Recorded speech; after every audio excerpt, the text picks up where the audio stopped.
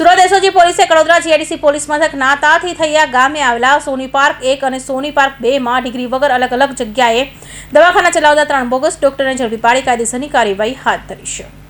આ અંગે એસઓજી પોલીસે જણાવ્યું હતું કે તારીખ 16/4/2024ના રોજ એસઓજી પોલીસની ટીમ વર્કઆઉટમાંથી આ દરમિયાન બાતમીના આધારે બોગસ ડોક્ટરોને ઝડપી પાડ્યું છે। કડોદરા જીઆઈડીસી પોલીસ મથકના તાતીથૈયા ગામમાં આવેલ સોની પાર્ક 1 અને સોની પાર્ક 2 માં વગર ડિગ્રીએ પ્રેક્ટિસ કરી દર્દીઓના આરોગ્ય સાથે ચેડા કરતા 3 બોગસ ડોક્ટરોને ઝડપી પાડવામાં આવે છે।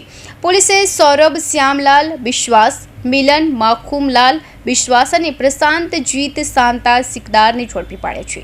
પકડાયેલ આરોપી સૌરભ શ્યામલાલ BA સુધીનો અભ્યાસ કરી ચૂક્યો છે અને પોતાના વતનમાં મેડિકલ સ્ટોરમાં નોકરી તેમજ જુદા જુદા ક્લિનિકમાં 2 વર્ષ સુધી નોકરી કરી હતી, જેના અનુભવના આધારે છેલ્લા 6 મહિનાથી કોઈપણ ડિગ્રી વગર ક્લિનિક ચલાવતો હતો।